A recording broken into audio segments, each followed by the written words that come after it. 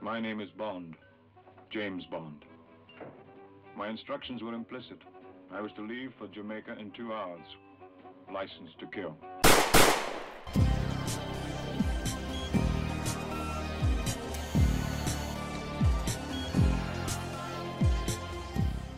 Welcome to the James Bond Complex. My name's Matt, My name is Edgar. and welcome to our first episode. What are we going to discuss mostly? Well, as for the show itself, we're both Bond fans. I Are would we? think. I think so. We've had a couple conversations about James Bond. Where have we before. met already? I think you and I were talking right next to George Lazenby. This never happened to the other fella. I think you're right. What? Yeah, that was an interesting day, wasn't it? That was A day that we will probably get into in one of these episodes. I think we should probably talk about that one of these days. yes, yes, we should. As for the show, we're both Bond fans. We both enjoy the films, yes, but we also enjoy the novels. So I think the idea here is the novels will be the launching pad for conversations. We'll review the novels. We'll compare the films, see what they changed, what they kept, and we'll take it from there. Yeah. Eventually, we'll probably have side episodes, discuss news of Bond 25, and any subject that comes to our mind. So that's mostly what the structure of the show is going to be, I guess. Absolutely. I think it's going to be great fun. It's fun to, as for me, I don't know about you, I have friends that like Bond. I think I'd call them as casual fans, but you're one of the few people I know that's like me. You might even be a little bit more insane than me. You've told me some stuff where I was like, whoa, who is this guy?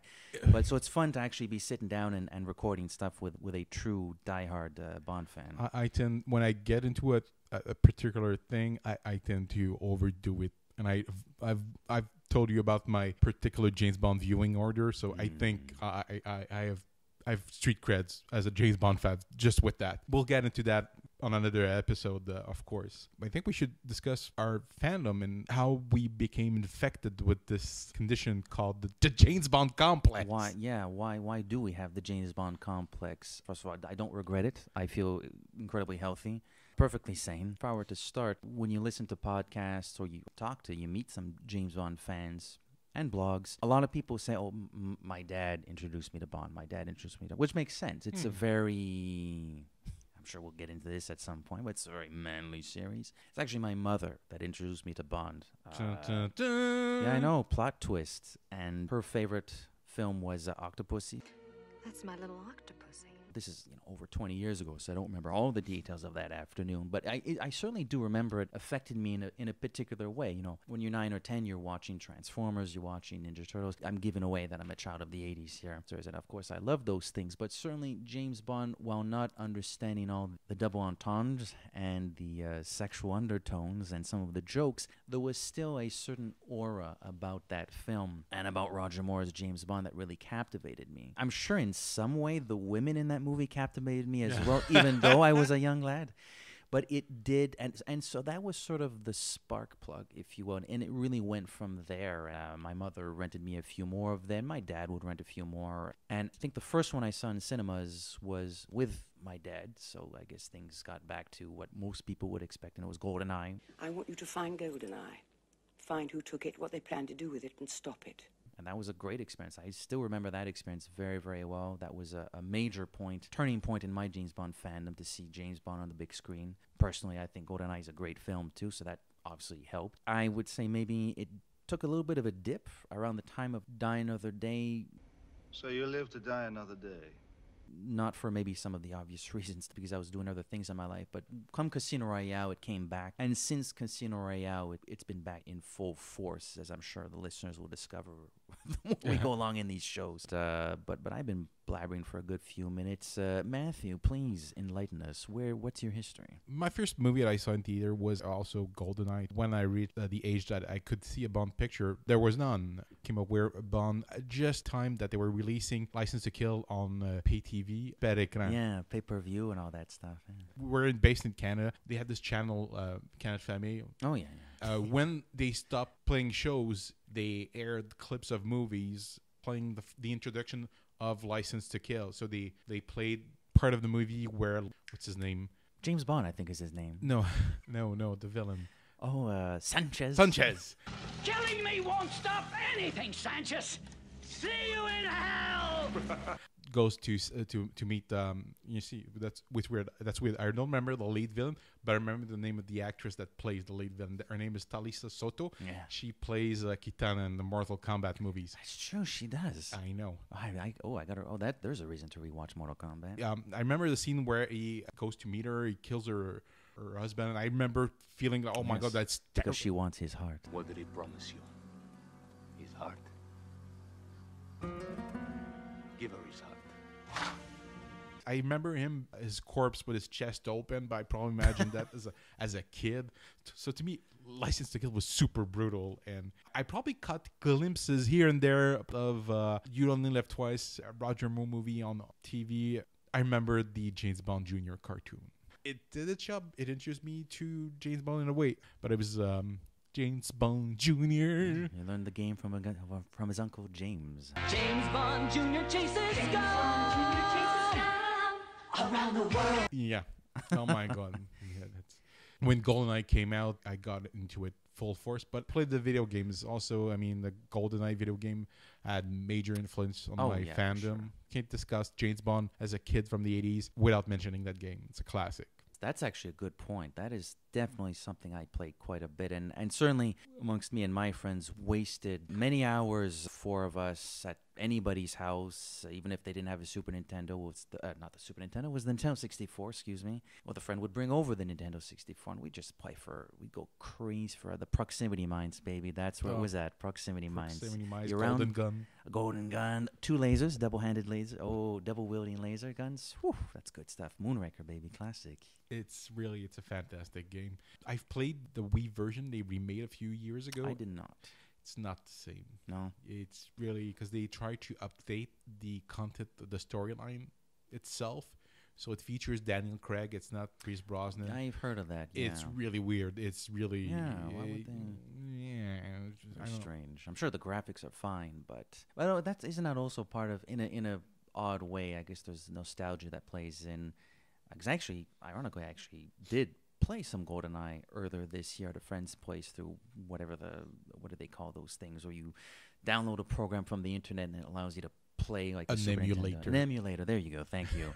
And via an emulator, we actually played a little bit of GoldenEye. So, I mean, by today's standards, the graphics are terrible, but it's also still kind of charming in a funny way. It's part of the experience. Yeah, it is. It is.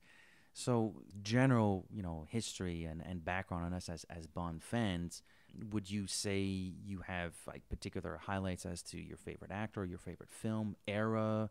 Do you maybe gravitate to one type of Bond more than any other? When it comes to favorite Bond actor, my favorite portrayal, it's not the movies he made are not my favorites, even though I love both.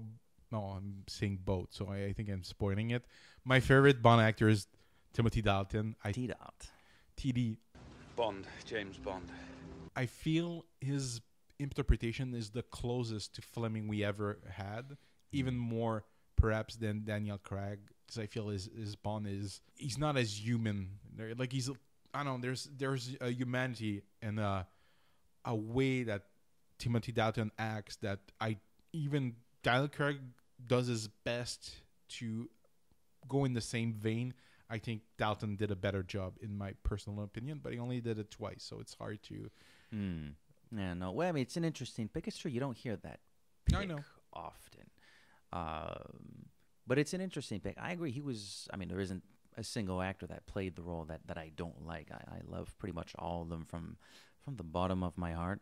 I guess I don't think I can really. I'm gonna cheat. I arrived at I was honest with myself. I arrived at the only answer I can give really is, I guess, whatever the hell the last movie I watched, I'm sort of in that mood. I mean, obviously for an episode we'll be doing very shortly, where we'll be talking about the first book and therefore the Casino Royale. So I'm kind of in a Daniel Craig mood of things. But if I watch License to Kill tonight, tomorrow morning going to work, I'm going to be pissed off and super aggressive. It's sort of whatever last one I watched. But certainly, obviously the dearly departed Roger Moore will maybe have an extra special place in my heart just because, Octopussy was the first one. And I'd like to think if I were an actor in an alternate universe and either I was English or I could pull off An accompanying English accent. I'm not even gonna try. There is absolutely no question. Everybody would like to be Daniel. Everybody would like to be Sean. Maybe some of us want to be TD. But I have to be true to myself. There's no question. I would play him like Roger. I wouldn't be able to play him any other way. So, Can you do the eyebrow thing? but of course, since we'll be concentrating a decent amount on the books as until we have no more to talk about. I think we'll always have more to talk about because even when we ran out of books, the original Flemings, they have book adaptations that we can go into. That's very true. That's true. I think a good handful of the films have All the Brosnan ones. I think all the Brosnans, the Craigs don't, but I know some of the Roger Moore.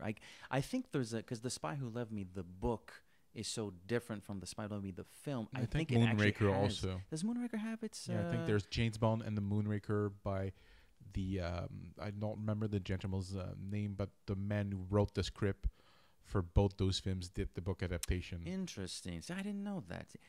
And that, listeners, is part of the fun of the show. We'll both be learning as we go along. I did not know that. That's interesting. But I know there were novelizations for those Yes, movies. they'll be troublesome to get. I'll find a cheaper copy because I saw a $300 copy. I'm like, Really? You yeah. didn't you didn't do a one-click purchase on Amazon there? No. It's funny. We were talking the other day over Facebook about actually the book is on the table right now about I'll pick it up. yeah, Ian Fleming. What the hell is the name of this? James Bond, The Man and His World by Henry Chancellor, the official companion to Ian Fleming's creation. A book I'd flipped through in the past many moons ago. Very happy to learn that Matthew had a copy, and Now you want one. I want your copy. No, and some of these people are selling it for just the most maddening prices on It's never Amazon. as far as I know, they never reprinted it. They printed it. Let me see. I think it's around the time Casino Royale came out. Let me see. I can't see. And my copy's beaten Yeah, I up can too. see the. I bought it secondhand. I didn't pay much, but it's beaten up. It's 2005, so it came out a year before Casino Royale. But it's fantastic. It's a gorgeous book, and it really deconstructs the novel in a way that's fascinating and intertwines Fleming's existence. It's a great read. Yeah, no doubt. Again, I remember when you pulled that out of your bag when we spoke about a month ago, and it immediately rang a bell because I remember having flipped through those pages. Why did I not buy the book? I couldn't begin to. There's no rhyme or reason as to why I didn't buy the book back then. But yeah, you're right. It's a little bit tough to find. Yeah. And I think you have a nice hardcover version. I think there's some soft cover versions for a few bucks. I need to find somebody to fix it. And You should, because it's a really nice book. Certainly when it's closed Yeah. and shut, it looks amazing. when you open it and you see that, it's the cover and the book are not attached anymore, it's a little bit sad, but Try to return it in pristine order, 007, please. I will next time. Yeah, no, it's a fantastic read, and I'm using it for my research when rereading the novels because I've read all the novels at least once. Some of them more than once. I read Casino Royale, I think 3 or 4 times. Even then, I wouldn't say I know it by heart. It's a great book, and I was fortunate enough to read it before seeing the movie because I think it would have forever changed my perception of the movie and the book. Interesting. I think I read it in January of 2006, and the movie came out in November. That autumn, yeah. Oh, that's interesting. I came to the books long after I came to the films. Going back to what I was saying earlier, Casino Royale, that 2006, such a breath of fresh air, especially after Die Another Day, that it really got me back into Bond fandom, and it stuck around. One of the things it led to was reading the book. So I had actually read, late 2006, bleeding into 2007, I had actually never read any of the novels. Yeah, so I think it must have been 2007, and there are a lot of them. Maybe it took me until 2008, possibly. But yeah, it was at that period that I read them for the first time. Casino Royale is a fairly quick read. It's also a very entertaining read, so it's the one I've read the most. Reread it for what we're about to do in the next episode. Maybe the 4th or 5th time I've read it. But there are other ones I've only read once, so that's sort of weird. Like, I know Casino Royale by now fairly well, the book. I know it fairly well. Do I know The Man with the Golden Gun fairly well? Not really. Not really. And small confession, The Spy Who Loved Me, which is, and when we get to that episode, it's a very unique book for several reasons. I've actually only read it in part, so that's the one Fleming novel I have not read from front to back. Actually, I'm very excited for that episode because I don't fully know what I'm getting myself into.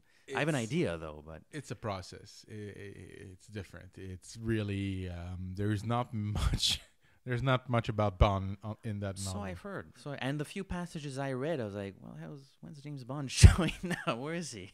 It is it's a very odd book. I'll just say that. I'll keep my thoughts for myself for that episode particular, but it's special read. From the ones you've completely read through, which one is your favorite? That is a good question. Two come to mind. I'm a big fan of Moonraker, which is kind of odd because he stays in England in Moonraker. He does actually... You're kidding, right?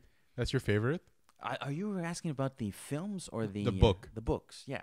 So is mine. Really? Really? Hey, high five.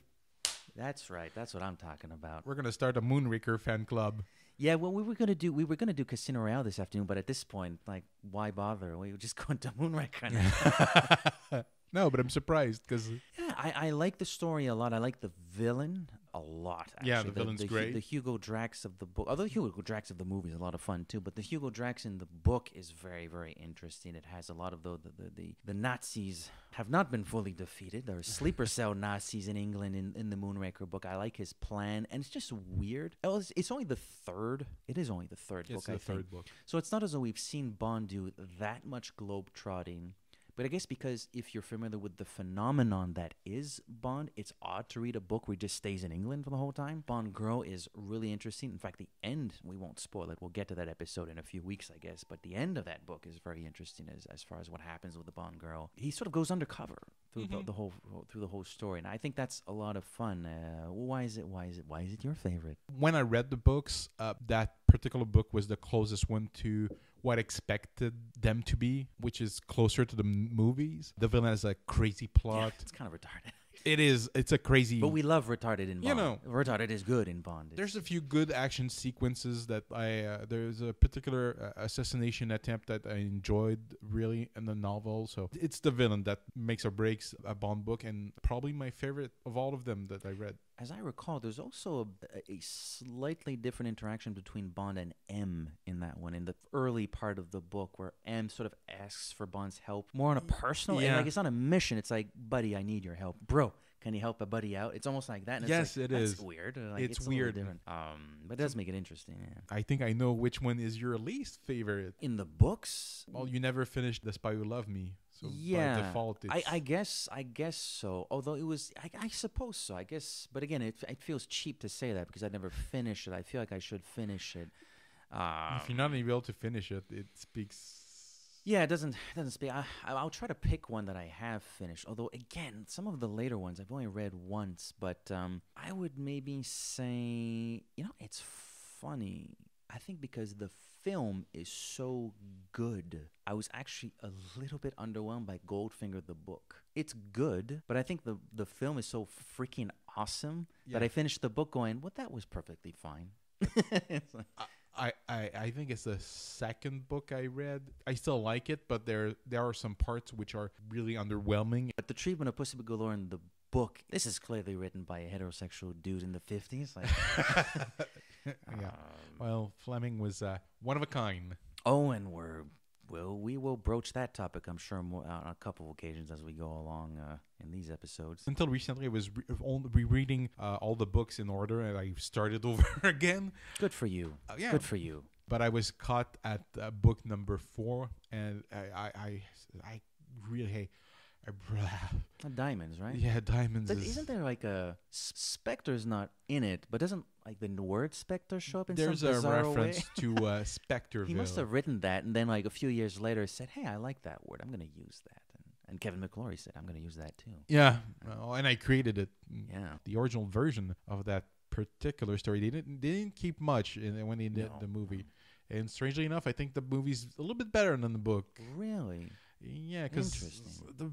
the villains themselves are The mob, right? It's the mob. It feels beneath Bond in a way. Mobsters, it's read most of it fairly recently, and I can't remember what their plot is. They're just diamond traffic. It's unremarkable. Doesn't he blow somebody up in a helicopter at the end? That's kind of cool. He takes a rocket. Am I misremembering the end of Diamonds Are Forever? He takes a rocket launcher. I didn't reach that part, and I don't remember. It's been a Okay. while since I read that book. I feel he's in the desert. It ends. I remember it ends in the desert. He blows something up. I think it's a helicopter, and I think it's with a rocket launcher. It must be, but I know he gets beaten up by Winton Kid. He's been beaten up to shit. Oh, he gets beaten up real good in that one too. Gets roughed up a lot. They in do a little They do a little jig on good old Jimmy. But it's unremarkable for me. It's my least favorite. I'm due to reread of this podcast. Is the opportunity to do just that. I do remember enjoying it, though. I do remember enjoying it, but it was a long time ago. Yeah. It's personal taste. I mean, you can expect a little bit more structure for the next episodes. Or not. Who knows? We'll see where this goes. No, this was a basic introduction. Yeah, and maybe we should tell the listeners like which MI6 section are we from? We're in section M, I guess, Montreal. Section MC. We're the MCs. We're Montreal, MCs. Canada. Not a city Bond's ever been to, although there are some He Canadian. was in Montreal. What breaking news, ladies and gentlemen? When was he in Montreal? He was briefly, not in the movies, but in the book, he was in Montreal in For Your Eyes Only. Yes, because he's just across the border, isn't he, in that one? Right? He walks from Montreal to Echo Lake in Vermont. He walks from Montreal to Echo Lake in Vermont. That's what how a pleasant stroll. That's how it's, if I remember, that's how it's described in the book. Well, I guess when you eat all those eggs and smoke all those cigarettes, you got to stay healthy one way or another. Oh, God. 70 cigarettes per day? Yay. Oh, yeah, that was... I always forget that line in Casino Royale. I always forget it. So, yeah, we are the Canadian connection. If there are any of you out there from this land, this city, this province... We'll stay in touch, hopefully. I don't know that.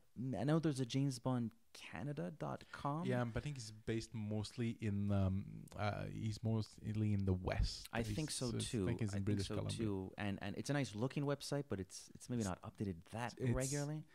So that's like, I don't really know any others. It's a lot of American, British, and I know we've talked about the one French, like Français de France podcast we've heard of. That's it. Like, I don't know anything from Canada about this. No. So maybe we'll start something. We'll light the fire. Exactly. With the smoking gun, the smoking Walther PPK, maybe. So if you want to get in touch with us, thejamesbondcomplex.com. And we're going to have eventually a Twitter and a Facebook. And Where can people find us for the moment individually online? Matthew? I think it's Matt Auclair on Twitter. I'm on Twitter at the word double _ OH _ pop. So it reads double O pop. That's sort of a dead giveaway about what I tweet about most often. Maybe not exclusively, but 90% of the content is James Bond related. So... the James Bond complex will return in Casino Royale 1953. Beautiful. I know. Later. Take care. À la prochaine. Au revoir.